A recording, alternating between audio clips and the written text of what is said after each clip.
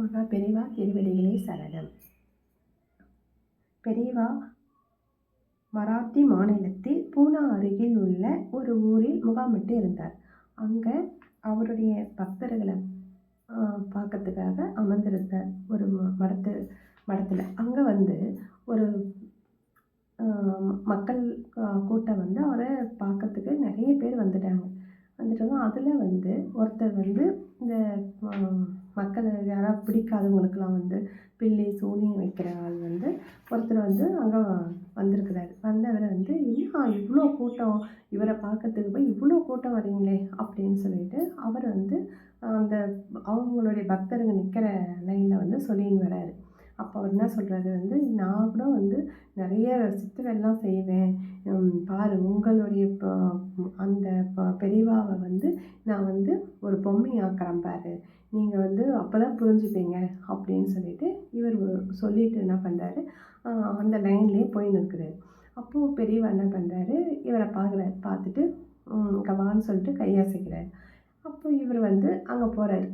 அந்த பில்லி சுனியம் வைக்கிறாங்க போகிறார். உனக்கு என்ன வேணும்?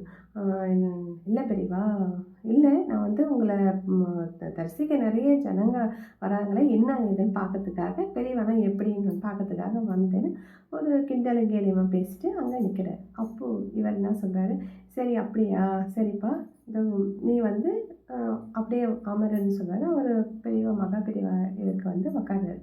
உட்காந்தோன்னே இங்கேருந்து நீ பின்னாடி திரும்பி பாரு அப்படின்றார்.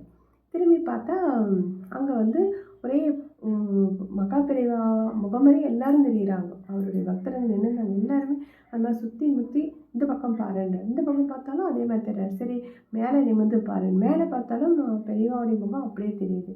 அதை பார்த்தாலே இவருக்கு ரொம்ப இதுவாகிடுதுப்பா, என்ன வாயிலேருந்து வார்த்தையே வரலை. அந்த அளவுக்கு அவருடைய பக்தர்கள்லாம் இவர் சொல்லியிருந்தார். அப்படியா, எப்படி பார்க்கலாம் அப்படின்னு சொல்லியிருந்தவர். இவரால் ஒன்றுமே செய்ய முடியல. ஏன்னா அவருடைய சித்து வேலை எதுவும் அவருக்கு செய்யவே தோணலை.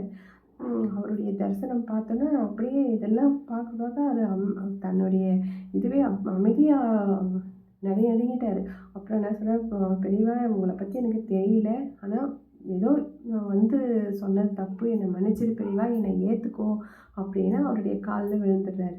அப்புறம் சாஸ்திராத்மமாக நமஸ்காரம் பண்ணுறாரு. உடனே இவர் சொல்கிறாரு, சரி எழுந்துரு, உன்னை இப்போ நான் எப்படி இது பண்ண முடியாது, நீ என்ன பண்ணு, உன்னுடைய பணம் நீ கெட்ட வழியில் சம்பாதிச்ச அந்த வழியில் வந்த பணம் நீ நல்ல வழியில் எல்லாருக்கும் கொடு. அதாவது ஒரு ஏழை பெண்கள்லாம் இருப்பாங்க, அவங்களுக்கு திருமணம் செய், அவங்களுக்கெல்லாம் நல்லது செய். அப்புறம் படிக்க முடியாத பிள்ளைங்கள் இருப்பாங்க, அவங்களெல்லாம் நல்லபடியாக படிக்க வை. இதெல்லாம் நீ செய்ய செய்ய உன்னுடைய அந்த கர்மால அந்த பண்ணதுனால வந்த பணம் சரியாயிடும். இது நீ ஏழைகளுக்காக உதவி செய் அப்படின்னு சொல்கிறார். உடனே பெரியவா நீங்கள் சொன்னது போல் நான் எல்லாத்தையுமே செய்கிறேன் பெரியவா அப்படின்றாரு. உனக்கு பாவ வழியிலே சம்பாதிச்சாலும் பணம் தான், அதனால் அத்தனை பணத்தையும் நல்ல வழியிலே செலவு செய்.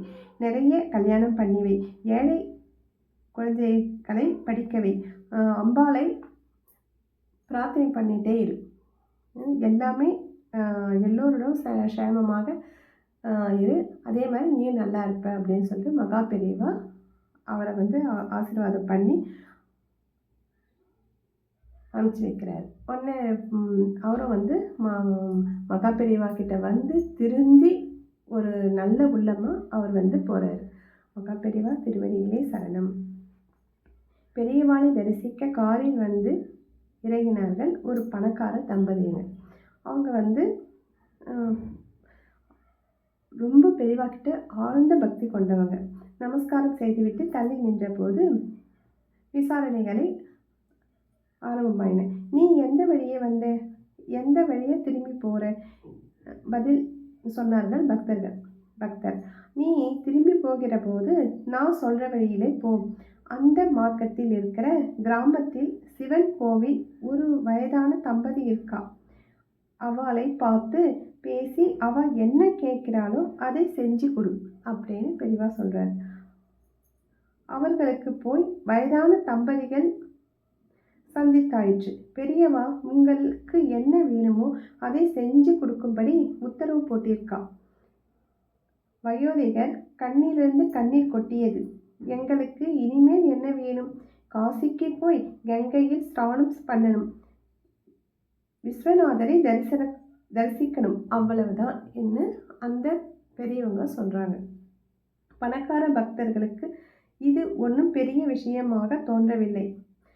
அவர்களை தன் காரிலேயே அழைத்து வந்து காசிக்கு போவதற்கு, அங்கே தங்கி வேண்டிய கர்மாக்களையும் செய்வதற்கு ஏற்பாடு செய்து கொடுத்தார்கள்.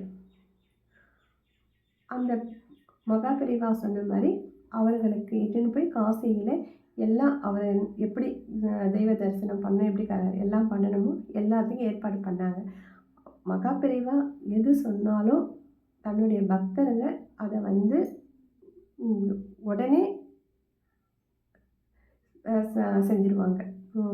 மகாபெரிவா பக்தர்களுக்கு அவ்வளோ ஒரு அவர் மேலே வந்து ஒரு நம்பிக்கை, ஒரு பக்தி, பாசம் எல்லாமே இருக்குது.